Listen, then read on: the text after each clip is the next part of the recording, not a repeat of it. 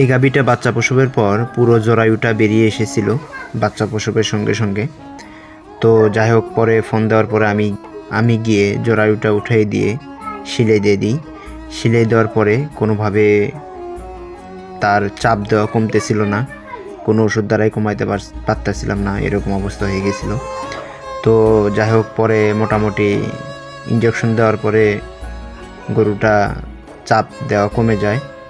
Injection দেওয়া হয়েছিল শিরায় অ্যালজিন 20 মিলি এবং টাইফরভেট 2 গ্রাম ও এস্টাভেট দেওয়ার পরে মোটামুটি গরুটা সুস্থ হয়।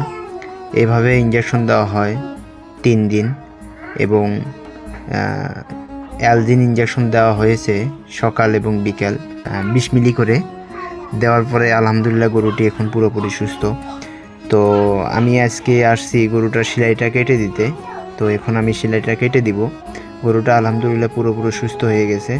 এরকম হলে অবশ্যই একজন অভিজ্ঞ লোক দ্বারা কাজ করে নেবেন, তাহলে দেখবেন কোনো কিছু হবে না। অনেক সময় দেখা যায় যে এরকম হলে আপনারা ভুল করে নিজেরাই চেষ্টা করেন। তো সবচাইতে ভালো হয় আপনারা ভেটেরিনারি সার্জন দ্বারা কাজ করে নেবেন। এরকম হলে প্রত্যেকটি উপজেলায় আপনাদের যে স্যার থাকে ভেটেরিনারি সার্জন, তাদেরকে দ্বারা কাজ করে নেবেন এবং তাদের সঙ্গে যা যোগাযোগ করবেন। এরকম কাজ কখনো নিজেরা একা চেষ্টা করবেন না। তো আলহামদুলিল্লাহ গরুটি এখন সম্পূর্ণ সুস্থ আপনাদের দোয়ায়।